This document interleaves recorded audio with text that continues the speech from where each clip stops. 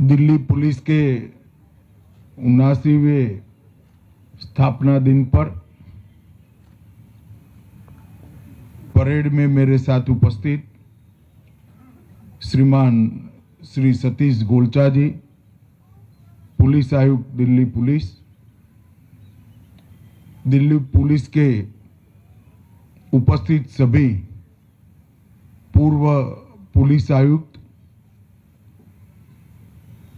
जिन्होंने शानदार परेड का प्रदर्शन किया है, दिल्ली पुलिस के मेरे प्यारे साथियों, दिल्ली पुलिस परिवार और दिल्ली के नगरजनों, आप सभी को दिल्ली पुलिस के 79वें स्थापना दिन की बहुत बहुत शुभकामनाएं देना चाहता हूं मैं।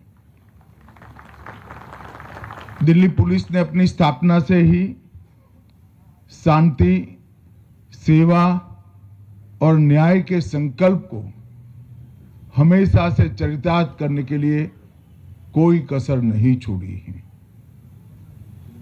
दिल्ली पुलिस का दायित्व, जिम्मेदारियां और इनके प्रदर्शन का औचित्य दिल्ली राजधानी होने के कारण हम सब जानते हैं कि पूरे देश के लिए महत्वपूर्ण है, क्योंकि दिल्ली का एक क्षेत्र एक शहर नहीं है, हमारे दिल की, देश की, लोकतंत्र की धड़कन है, देश के स्वाभिमान और अस्मिता का केंद्र है। और इसलिए राजधानी होने के नाते यहां की सुरक्षा का दायित्व सभी वैश्विक मानकों में उच्चतम होना बहुत जरूरी है। कई प्रकार की कूटनीतिक बैठकें, कई प्रकार के अंतर्राष्ट्रीय आयोजन, राष्ट्रीय पर्वों का आयोजन, महामहिम राष्ट्रपति महोदय का निवास, प्रधानमंत्री जी का कार्यालय और निवास, इस सभी को देखते हुए दिल्ली पुलिस की जिम्मेदारी बहुत बढ़ जाती है। मगर मुझे पूरा संतोष, आनंद और गर्व है कि दिल्ली पुलिस ने हमेशा अपनी जिम्मेदारी आगे रहते हुए प्रखरता और सफलता के साथ हमेशा के साथ निभाई है। आज दिल्ली पुलिस को और मजबूत करने के लिए स्पेशल सेल के इंटीग्रेटेड हेडक्वार्टर का शिलान्यास यहां पर हुआ है। लगभग 450 करोड़ की लागत से स्पेशल सेल के इंटीग्रेटेड हेडक्वार्टर जो बन रहा है, वो देश का सबसे आधुनिक, एक प्रकार से नारकोटिक्स और आतंकवाद को निपटने का सेंटर बनेगा। अत्याधुनिक indoor firing range, war room, cyber lab, प्रशिक्षण हॉल और कई प्रकार के आधुनिक उपकरणों से ये हेडक्वार्टर लैस होगा और पूरी देश की पुलिस के लिए एक आइडियल स्पेशल सेल हेडक्वार्टर बनकर उभरेगा, उसका मुझे पूरा विश्वास है। दिल्ली के स्पेशल सेल ने नशीले पदार्थों की सिंडिकेट, जाली भारतीय करेंसी नोट, जटिल साइबर अपराध, संगठित अपराध और न केवल दिल्ली, देश के कई महत्वपूर्ण आतंकवादी घटनाओं के जांच के अंदर सफल और महत्वपूर्ण भूमिका निभाई है। ये आधुनिक हेडक्वार्टर बनने से उनके दायित्व के निर्वहन के लिए उनको और सहूलियत सुलभ होगी, इसका मुझे विश्वास है। दिल्ली पुलिस की 10 नई परियोजनाओं का भी आज यहां पर शिलान्यास हुआ है। पुलिस फैमिलीज वेलफेयर सोसाइटी के स्टॉल का भी कुछ ही समय के अंदर आज लोकार्पण होगा। और आज सबसे महत्वपूर्ण बात, सेफ सिटी प्रोजेक्ट, इसके पहले चरण का लोकार्पण करने का काम भी हुआ है। लगभग 857 करोड़ की लागत से आधुनिक इंटीग्रेटेड कमांड कंट्रोल, कम्युनिकेशन और कंप्यूटर सेंटर C4I दिल्ली की जनता को समर्पित किया जा रहा है। इसके साथ साथ 11 जिला स्तरीय C3I केंद्र और 75 स्थाना स्तरीय C2I इकाइयां भी इसके साथ एकीकृत होगी। 10,000 कैमरों से दिल्ली को जोड़ने के कार्यक्रम के प्रथम चरण में 2100 कैमरे भी लाइव जुड़ चुके हैं। दिल्ली में पहले से मौजूद 15,000 से ज्यादा कैमरे को भी इसके साथ जोड़ने का काम पूरा हो चुका है। और मुझे विश्वास है कि सेफ सिटी प्रोजेक्ट आने वाले दिनों में दिल्ली की सुरक्षा को बहुत आगे तक ले जाएगा। मित्रों, आज जब मैं यहां आया हूं तब मैं दिल्ली के माध्यम से देश की जनता को ये बताना चाहता हूं कि विगत 11 साल में प्रधानमंत्री नरेंद्र मोदी जी के नेतृत्व में देश ने कई सारे मकाम हासिल किए हैं। और इसमें आने वाले दिनों में जब देश में न्याय की बात होगी तब 3 नए आपराधिक कानून, हमारी नई न्याय संहिताएं, जिसका केंद्र दंड नहीं न्याय है, उसका जिक्र इतिहास जरूर करेगा।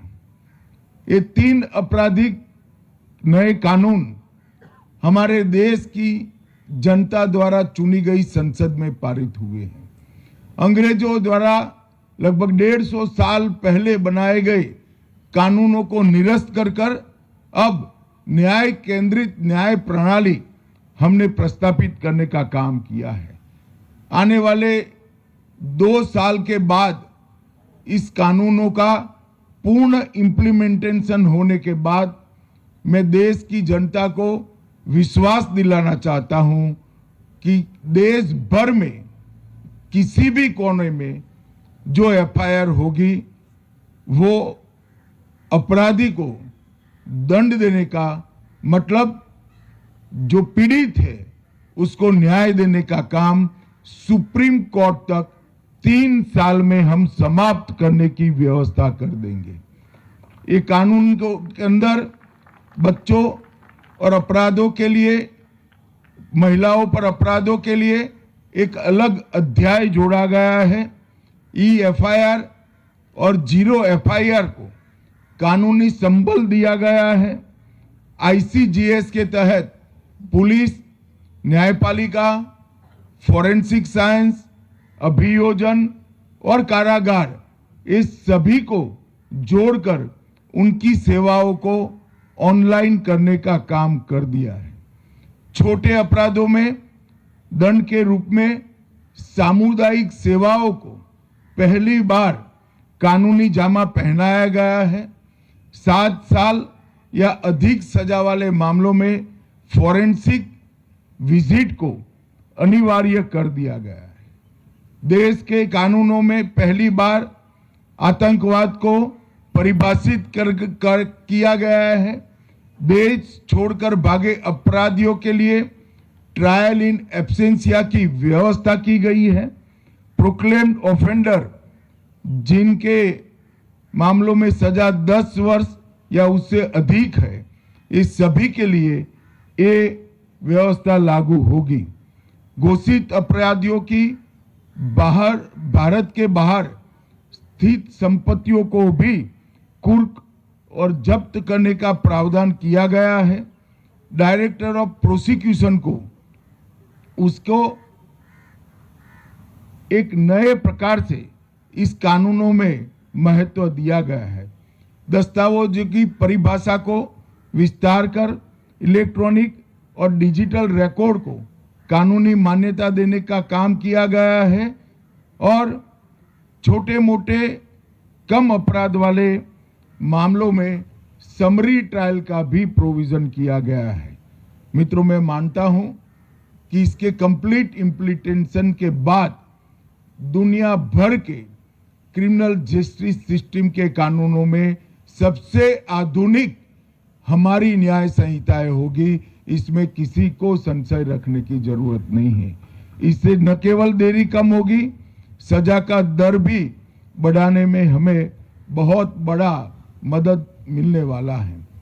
आने वाले दिनों में जब ये कानून पूर्ण रूप से लागू होंगे, हमारे देश का दोषसिद्धि का दर लगभग 75% से ऊपर 80% के ऊपर ले जाने में हमें सफलता मिलेगी।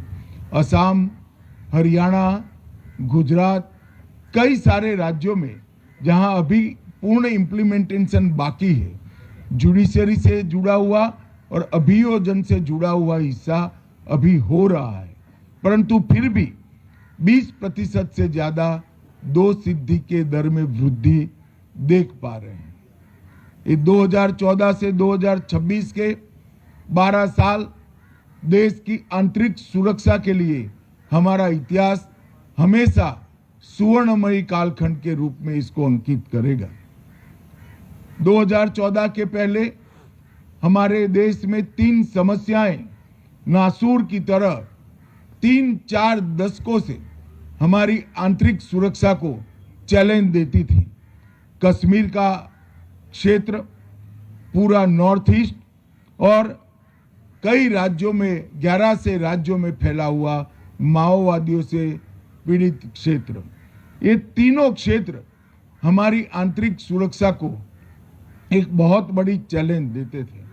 मगर मुझे पूरा आपको बताते हुए हर्ष हो रहा है कि धारा 370 के निरस्तीकरण के बाद कश्मीर, नॉर्थ ईस्ट और माओवादी क्षेत्र में हिंसा के आंकड़ों को हम 80% तक कम करने में सफल हुए हैं और वो दिन दूर नहीं है जब ये तीनों क्षेत्र पूर्णतया हिंसा से मुक्त हो जाएंगे। 11 राज्यों में फैला हुआ माओवादी आतंकवाद हमेशा से देश की आंतरिक सुरक्षा के लिए बहुत बड़ी चुनौती माना जाता था, मगर मुझे दिल्ली की जनता के माध्यम से देश को बताते हुए हर्ष हो रहा है कि हम माओवादी क्षेत्रों को हमेशा के लिए नक्सलवाद से मुक्त करने के बहुत नजदीक है। मैं देश की जनता को फिर से एक बार विश्वास दिलाना चाहता हूं, 31/3/2026 को पूरे देश को हम माओवादी हिंसा से मुक्त करने में सफल होंगे। हमारे सुरक्षा बलों की ये बहुत बड़ी सफलता है। उत्तर पूर्वी क्षेत्र में भी 10,000 से ज्यादा युवा हथियार डालकर मेन स्ट्रीम में लौटे हैं। 20 से ज्यादा शांति समझौतों के माध्यम से हमने उत्तर पूर्व में शांति प्रस्थापित करने के लिए बहुत बड़ा काम किया है। आने वाला समय हमारे लिए चुनौतियों के से मुक्त नहीं है। आने वाले समय में भारत सरकार के गृह मंत्रालय ने नारकोटिक्स पूरे देश के अंदर सीसीटीवी कैमरा और कंट्रोल रूम का जाला बुनकर एक सुरक्षा का नया तंत्र खड़ा करना, इसको कानूनी समर्थन देना, बॉर्डर सुरक्षा के क्षेत्र में देश के हर लैंड बॉर्डर के अंदर सुरक्षा की व्यवस्था का मॉडर्नाइजेशन, देश को घुसपैठियों के मुक्त बनाना और तीनों न्याय संहिताओं को कंप्लीट इम्प्लीमेंटेशन पर आने वाले समय में देश के गृह विभाग का ध्यान रहेगा। मुझे पूरा विश्वास है 2029 के पहले इस सभी समस्याओं को निपटने के लिए हम सफल होंगे। मित्रों, दिल्ली पुलिस ने हमेशा से दिल्ली और देश के राजधानी क्षेत्र को सुरक्षित रखने के लिए हमेशा से पराक्रम का परिचय देश की जनता को कराया है। अनेक ऐसे मामले जो जटिल से जटिल थे, उसको निपटाने में दिल्ली पुलिस ने सफलता प्राप्त की है। चाहे देश की संसद पर का हमला हो या अभी अभी लाल किले के सामने हुआ बम धमाका, दिल्ली की पुलिस ने अपनी निपुणता को, अपनी प्रखर शक्ति को संयोजित कर कर इस सभी मामलों में देश को सुरक्षित करने में बहुत बड़ा योगदान दिया है। आज 79वें स्थापना दिन पर मैं दिल्ली पुलिस के आयुक्त श्रीमान गोलचा जी और दिल्ली पुलिस के सभी जवानों को और उनके परिजनों को अनंत अनंत शुभकामनाएं देता हूं। वंदे मातरम।